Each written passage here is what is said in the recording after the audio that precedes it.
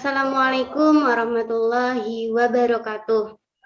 Kami di sini dari kelompok selanjutnya akan menjelaskan tentang sejarah peradaban Islam pada abad pertengahan Islam. Jadi, dari judulnya sejarah peradaban Islam. Islam itu adalah suatu agama dari kelompok agama yang diterima oleh Nabi yang mengajarkan monoteisme tanpa kompromi. Jadi di sini kita akan menjelaskan tentang sejarah peradaban. Sejarah yang namanya sejarah itu pastinya kembali ke masa lampau. Ya, sejarah Islam selalu memiliki hikmah dan kisah yang menginspirasi bagi umat Islam di masa-masa yang selanjutnya. Kemajuan atau kemunduran tersebut dapat dilihat dan dianalisa dari berbagai aspek ataupun sudut pandang. Salah satu faktor yang menjadi unsur pembentuk sebuah peradaban yaitu sudut pandang yang dapat berupa sumber daya manusia atau kepemimpinan ataupun untuk mengatur segala urusan masyarakat di dalam wilayah kekuasaannya.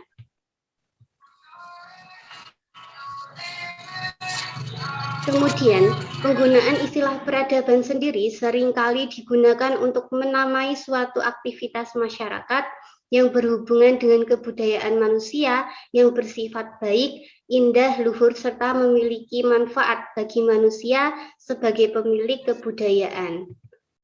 Nah, dalam makalah ini, dalam presentasi ini, kita fokus dalam pembahasan mengenai perkembangan sejarah peradaban Islam pada masa abad pertengahan, yaitu perkembangan dalam bidang teologi, sosial, dan politik. Kemudian, setelah pada periode klasik dunia Islam sebagai pusat peradaban dunia pada periode pertengahan dunia Islam, yaitu sekitar tahun 1258 Masehi sampai 1800 Masehi, yang sering digambarkan sebagai potret dunia Islam yang berada dalam kondisi kemunduran. Namun, hal tersebut dapat dielak karena pada masa tersebut itu terjadi juga fase kemajuan. Di zaman ini, Islam mengalami dua fase yang bertentangan, yaitu sebagai fase kemajuan dan fase kemunduran.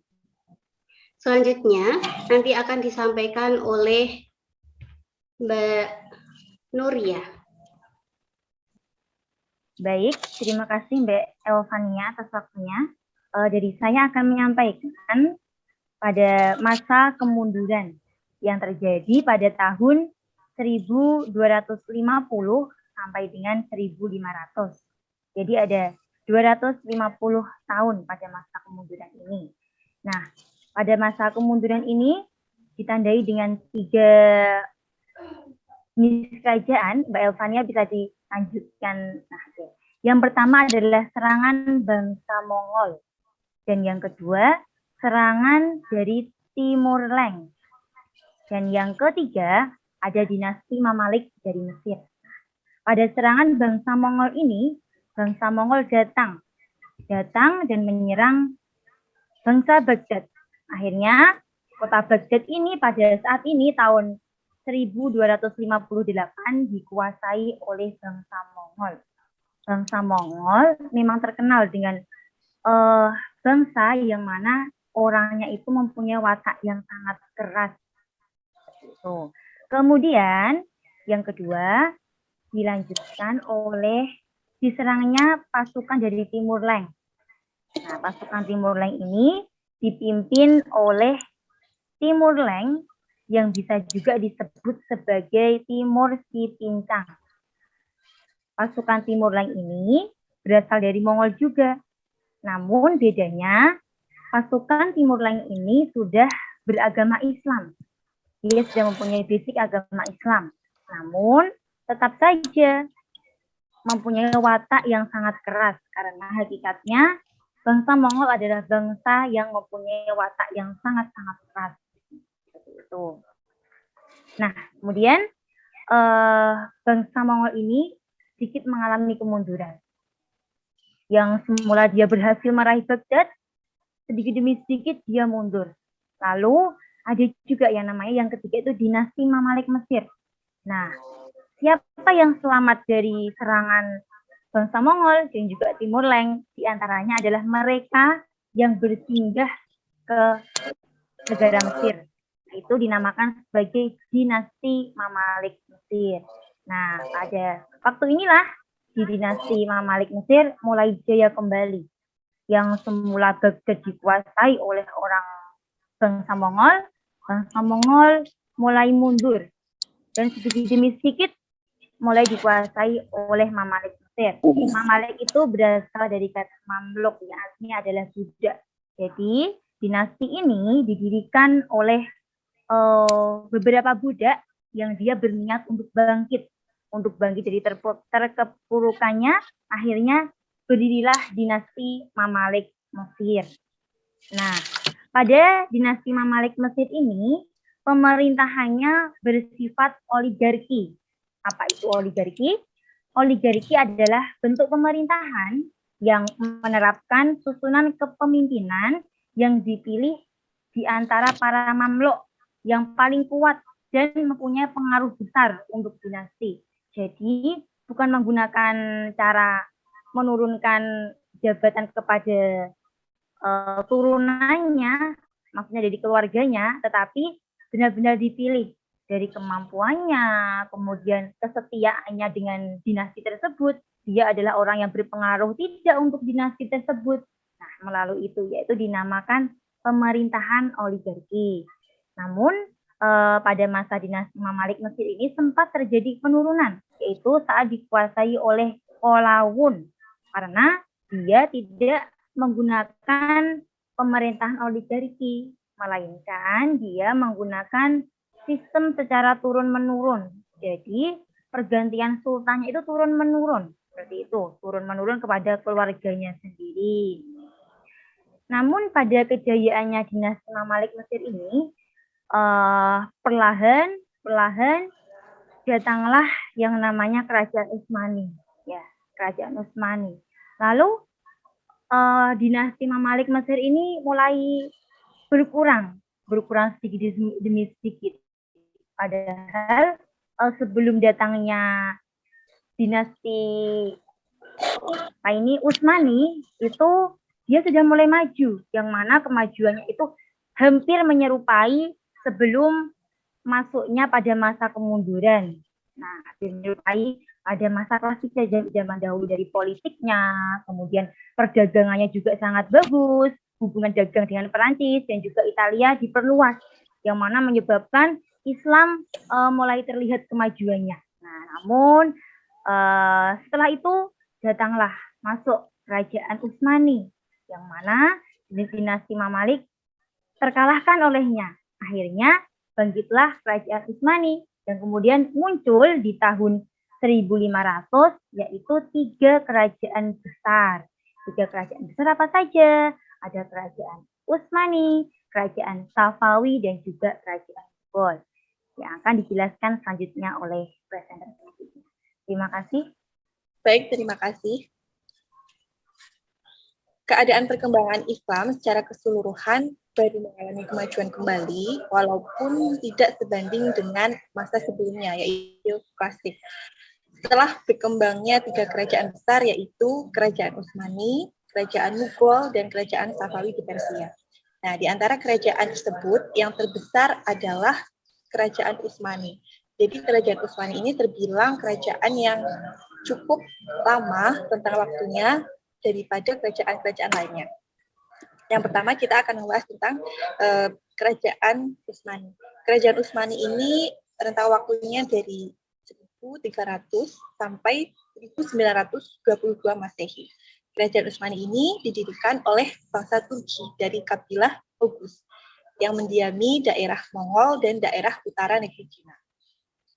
Kemajuan-kemajuan yang dicapai oleh kerajaan Utsmani dari segi politik, yaitu kekuasaan Utsmani telah memerangi orang-orang Syiah Rafidhah yang menampilkan diri dalam bentuk kepemerintahan Safawi.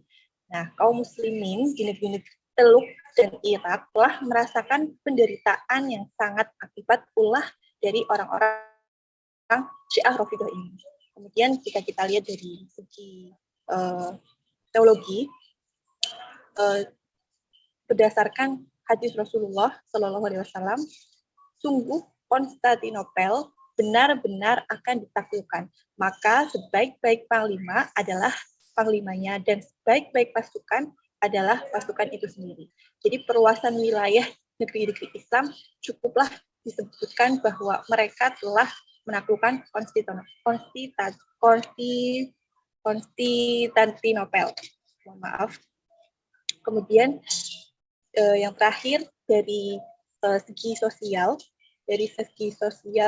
dan budaya, kerajaan Utsmani itu merupakan akulturasi dari ragam kebudayaan seperti Persia, Bizantium, dan Arab. Dari Persia, mereka mengambil ajaran-ajaran tentang etika dan tata krama dalam istana raja. Kemudian sedangkan dari organisasi kepemerintahan dan kemiliteran diserap dari Bizantium. Nah, adapun ajaran mengenai prinsip-prinsip ekonomi, sosial, dan masyarakatan, keilmuan, serta huruf diambil dari Arab. Itu tadi tentang kerajaan Utsmani. Kemudian yang kedua, kerajaan Safawi. Kerajaan Safawi ini di Persia ya. Berarti sekitar kurun waktu 1501 sampai 1736 Masehi. Nah, kerajaan Safawi ini awal mulanya itu adalah sebuah gerakan Thariqat yang berdiri di Ardabil. Thariqatnya ini bernama Thariqat Safawi. Nah, nama ini diambil dari nama pendirinya yang bernama Safi al-Din. Nah, kemajuan-kemajuan apa saja yang di kerajaan Safawi?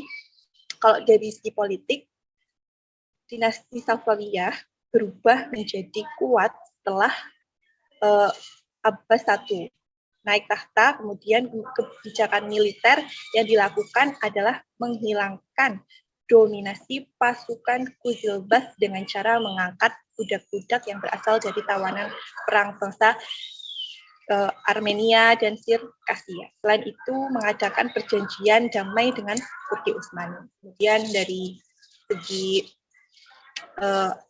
aspek sosial dan budaya, kondisinya mengalami kemajuan yang dipengaruhi oleh stabilitas politik itu sendiri. Gitu ya. Dan yang terakhir ini adalah kerajaan Mughal di India. Kerajaan Mughal adalah kerajaan yang termuda di antara kerajaan-kerajaan Islam yang lainnya. Kerajaan ini didirikan oleh Zahiruddin Babur pada tahun 1482 sampai 1530 Masehi.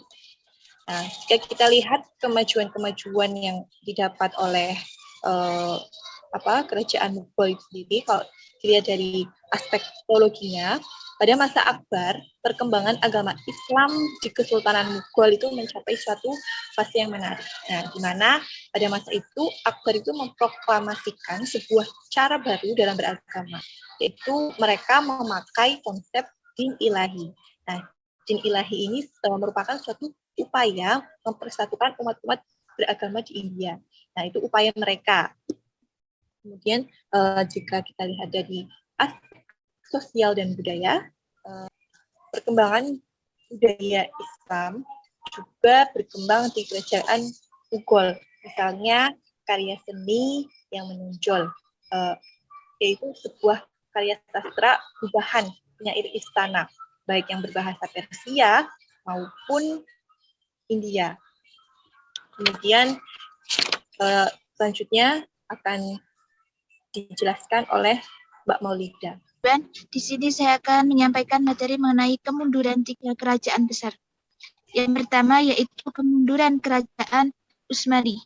Jadi setelah Sultan Sulaiman Al-Qanuni wafat tepatnya pada tahun 1566 Masehi, terjadi beberapa kemunduran dan pada saat itu pula digantikan oleh Salim II.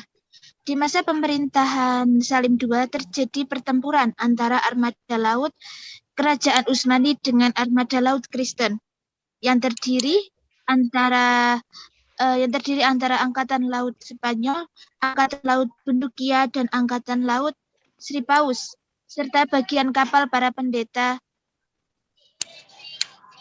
Hal ini menyebabkan Indonesia dapat direbut oleh musuh. Kemudian pada masa Murad, yaitu Sultan Murad, tepatnya pada tahun 1575 Masehi, Tunisia dapat direbut kembali. Ya, walaupun Sultan Murad III, tepatnya pada tahun 1574 sampai 1595 Masehi, berkepribadian jelek dan suka memperturutkan hawa nafsunya, Kerajaan Utsmani pada masanya berhasil menyerbu Kaukasus dan menguasai Tiflis di Laut Hitam.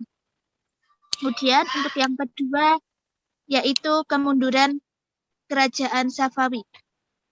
Jadi setelah Abbas meninggal, diperintah oleh 6 raja, diantaranya yaitu Safi Mirza, Abbas II, Sulaiman, Husain, Tahmas, dan Abbas III. Pada masa raja-raja tersebut, kondisi kerajaan Safawi tidak menunjukkan grafik naik dan berkembang, tetapi justru memperlihatkan kemunduran yang akhirnya membawa kepada kehancuran. Kemudian untuk sebagaimana Abbas II, Sulaiman juga seorang pemabuk.